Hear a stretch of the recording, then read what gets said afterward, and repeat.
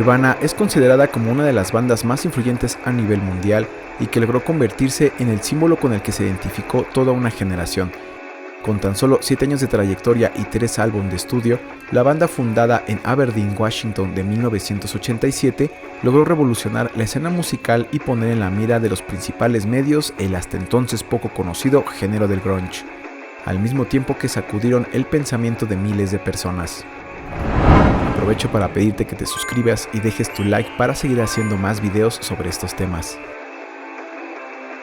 El grunge es un subgénero del rock alternativo principalmente influido por géneros como el punk, noise rock y metal alternativo.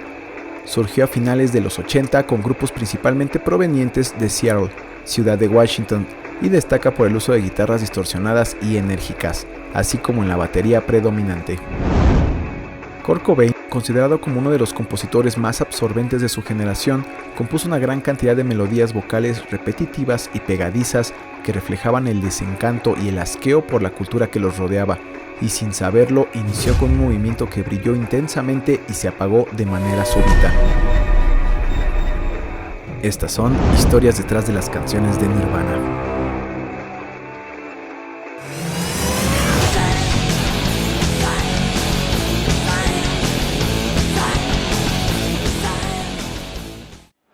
Número 8. Something in the Way.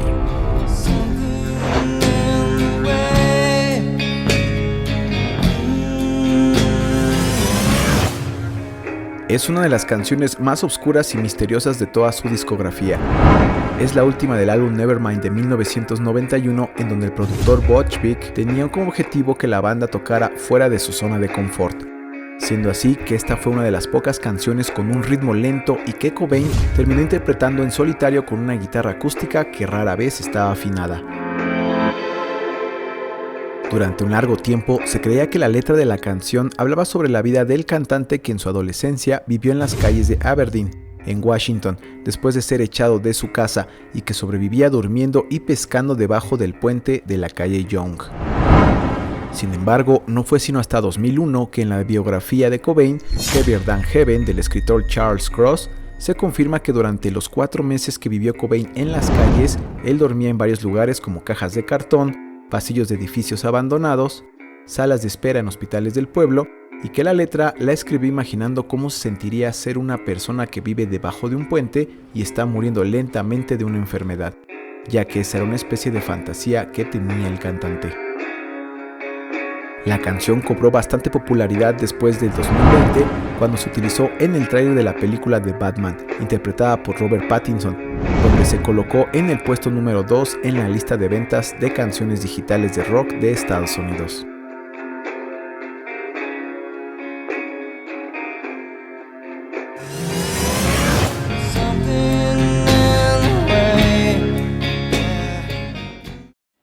Número 7.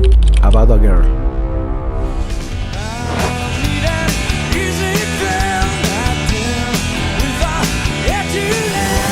Considerada como la primera gran composición pop de Kurt Cobain, se dice que fue escrita y grabada de forma casera después de que el músico pasara una noche entera escuchando el disco Meet the Beatles de finales de los 80. Cobain buscaba ocultar sus intenciones de escribir música pop, ya que tenía miedo de dividir a los fans de la banda con un sonido diferente al grunge y el underground. Él consideraba que era algo arriesgado para la época. Sin embargo, el productor del álbum Bleach estaba entusiasmado con la composición y la vio como un sencillo con potencial, por lo que fue incluida como la tercera canción del álbum de 1989. Años más tarde, el productor Butch Vig reveló para una entrevista que Kurt Cobain era un gran fanático de The Beatles y que mientras más tiempo pasaba con él, era más notoria la influencia que tenía de ellos al escribir sus canciones. Se dice que una vez terminada la canción no tenía título, así que al presentarla a sus compañeros de banda, ellos le preguntaron sobre qué trataba y Kurt solo les decía es sobre una chica. La chica sobre la que habla la canción es Tracy Marander, en aquel momento novia de Cobain, con la cual vivía y quien viera el nacimiento de la banda Nirvana. El tema habla sobre la difícil relación sentimental de la pareja y la notoria ansiedad de Cobain por ser escuchado, todo principalmente causado porque Cobain se negaba a buscar trabajo y a compartir las tareas de limpieza de sus mascotas. Extrañamente, Cobain nunca le dijo a Marander que le escribió esta canción y ella solo se enteró hasta 1998 cuando leyó la biografía de la banda escrita por Michael Azerrad.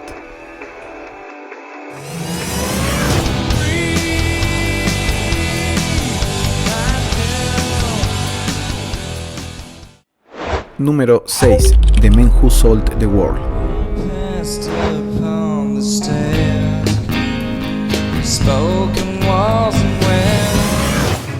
La canción fue compuesta originalmente por David Bowie en 1970 y años después varios músicos hicieron covers de la canción, incluida la banda Nirvana en 1993, cuya interpretación para la MTV Unplugged la convirtió en una canción icónica teñida por la personalidad oscura y melancólica de Kurt Cobain. La obra quedó marcada como un recuerdo agridulce cuando al año siguiente el cantante tomara la decisión de terminar con su existencia, haciendo que el público en general le atribuyera a la letra un significado premonitorio.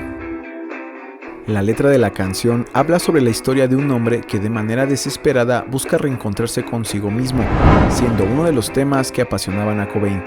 Además, la canción habla sobre la muerte desde una perspectiva poco común, representando el concepto como un encuentro con un viejo amigo que llegó de un largo viaje y va de regreso a casa.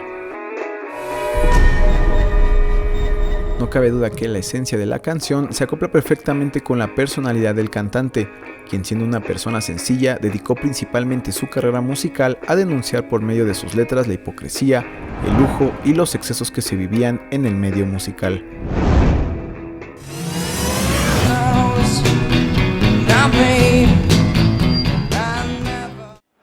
Número 5.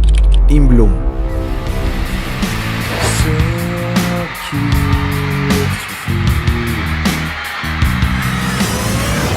La segunda canción del álbum Nevermind de 1991 es una parodia dedicada a los nuevos fanáticos de Nirvana que no pertenecían a la comunidad grunge, pero conocían a la banda después de la rápida popularidad que ganó desde su primer álbum.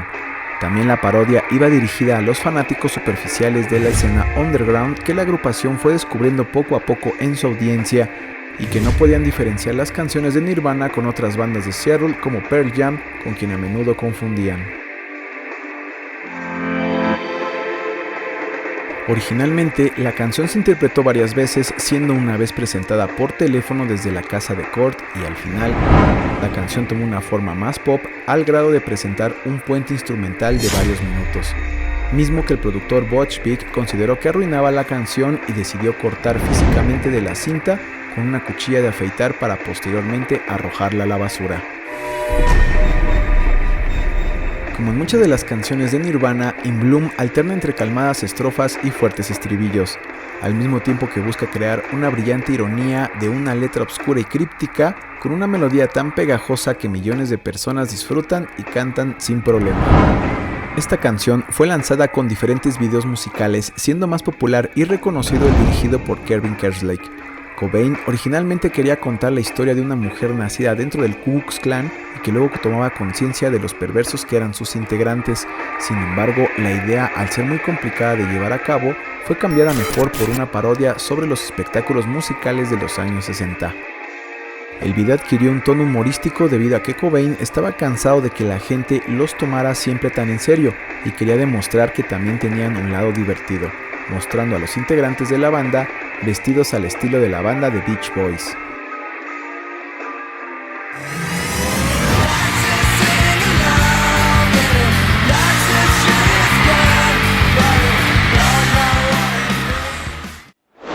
Número 4. Heart-Shaped Box.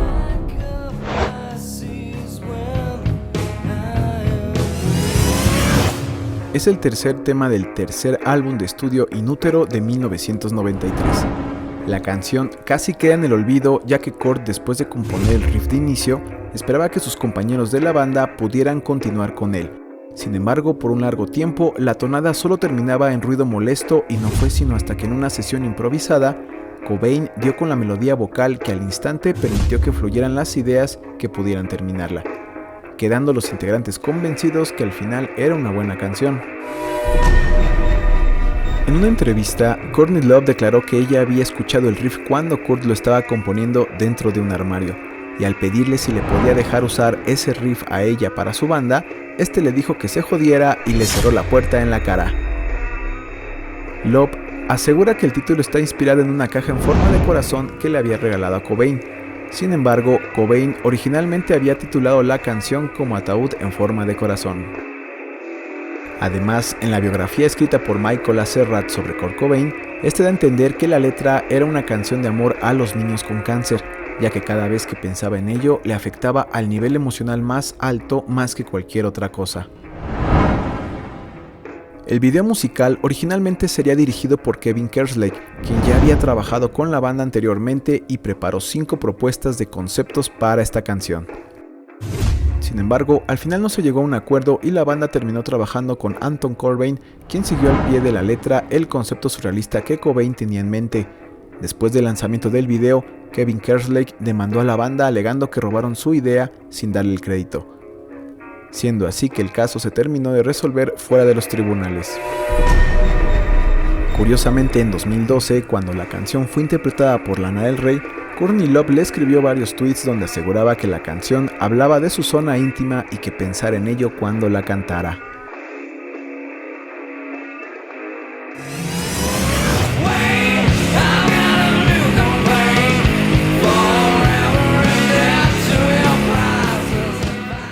Número 3.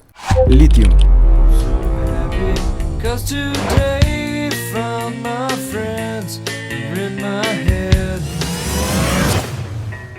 Es la quinta canción del segundo álbum de estudio Nevermind de 1991. La letra habla sobre un hombre que después de la muerte de su novia encuentra en la religión el último recurso para evitar impulsos suicidas. El escritor de la biografía de Nirvana asegura que Cobain fue influenciado por la religión durante el tiempo que pasó viviendo con su amigo Jesse Reed y sus padres cristianos. Kurt también llegó a declarar que algunas personas debían de tener la religión en sus vidas si lo necesitaban y eso les salvaba la vida. El video musical fue el segundo proyecto dirigido por Kevin Kerslake. Cobain originalmente quería que el video presentara una historia animada sobre una chica llamada Prego que descubre algunos huevos que eclosionan, pero cuando Cobain supo que la animación tardaría 4 meses en quedar terminada, decidió cambiarla por un collage de presentaciones en vivo. Un accidente con esta canción ocurrió cuando en 1992 la banda acordó en los premios MTV tocar Lithium en vivo. Sin embargo, como protesta por no dejarlos tocar Rape Me, Kurt inicia su segmento tocando unos segundos de la canción prohibida, para después corregir y tocar Lithium.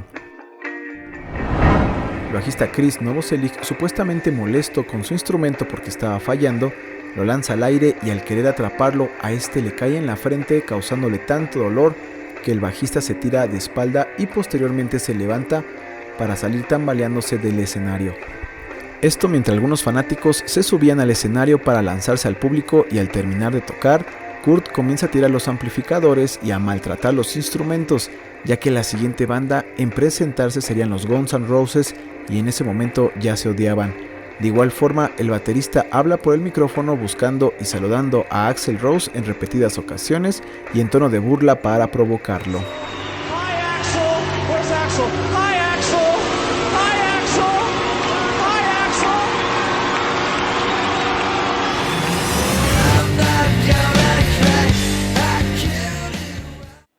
Número 2. Come As You Are.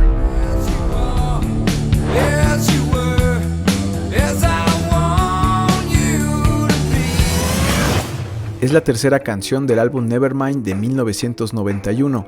Es considerado el segundo tema más importante de la banda y que los lanzó a la fama de principios de los años 90 como uno de los temas más escuchados. Es recordada como una de las pocas canciones optimistas de la agrupación, ya que la letra de la canción habla sobre la aceptación del oyente tal y como es, del mismo modo que pide a los usuarios de jeringas el desinfectarlas para reducir el riesgo de contagio de VIH. Esto como apoyo a una campaña de Seattle a finales de los años 80. El popular riff de la canción llamó la atención de la banda británica de post-punk Killing Joke, quienes alegaron que el famoso riff era un plagio de su canción 80s y amenazaron con demandarlos. Sin embargo, esta demanda nunca se materializó. Algunos dicen que fue porque el vocalista de Killing Joke afirmó que los miembros de Nirvana le confesaron abiertamente el haber tomado el riff de ellos y que eso era lo único que él quería escuchar. Otros dicen que el riff de Nirvana sonaba más como la canción Life Goes On de la banda The Them y tendrían que ser ellos los que demandaran. En 2005 fue colocada una señalización en el natal pueblo de Cobain, Aberdeen, Washington, que dice "Welcome to Aberdeen, come as you are", que por algunos es considerada como una ironía, ya que abiertamente Kurt llegó a declarar que odiaba a su pueblo natal y a la gente que conoció. De igual forma, después de la muerte de Kurt, se buscó fundar un centro de tratamiento a las adicciones con el mismo nombre, pero el proyecto se derrumbó después de que el sello discográfico fuera comprado por Warner Music Group.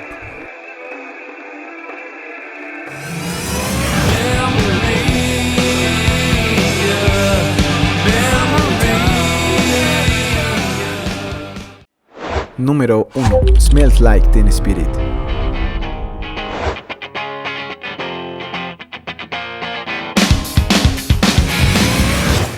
Es la primera canción del segundo álbum de la banda, Nevermind, de 1991. La letra de la canción habla sobre una imagen de rebeldía adolescente que fue muy bien recibida por la audiencia, al grado de ser considerada como el himno para los niños apáticos de la generación X, ya que durante esos años en la escena musical dominaban los géneros del glam metal y la música retro.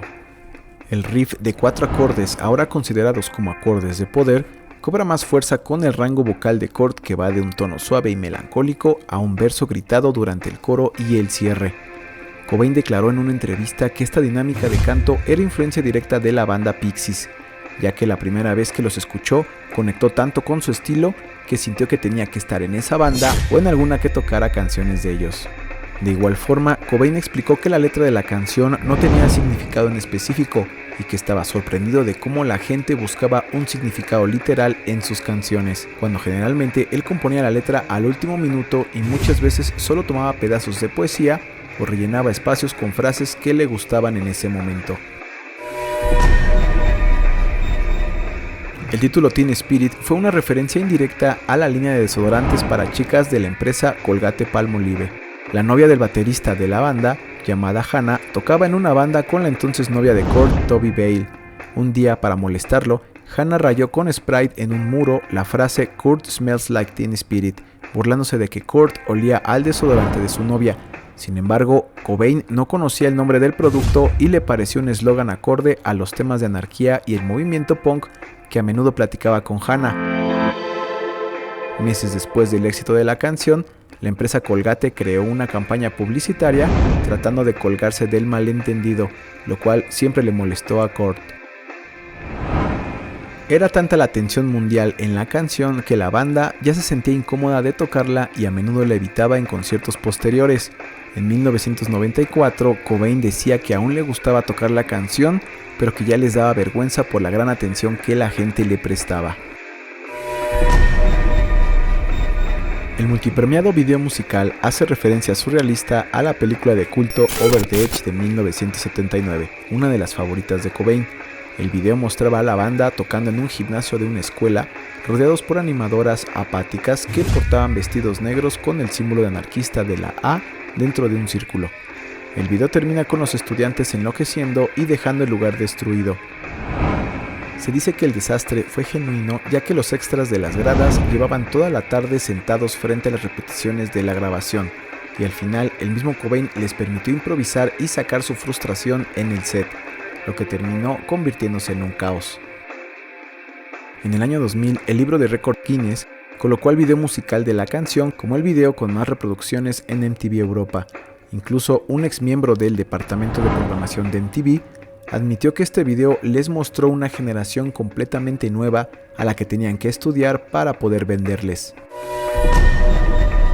No cabe duda que el éxito de esta canción fue inesperado y que gracias a ello catapultaron a Nirvana a la fama mundial, logrando así que varias de las canciones de su segundo álbum de estudio llegaran a liderar los primeros lugares en diferentes listas de éxitos, llegando a considerarse como el momento en el que la música grunge se convirtió en uno de los géneros más populares de los años 90.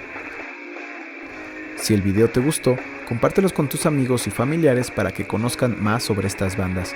Recuerda que también nos puedes dejar en la caja de comentarios qué otras canciones te gustaría ver en estos videos. Hasta la próxima.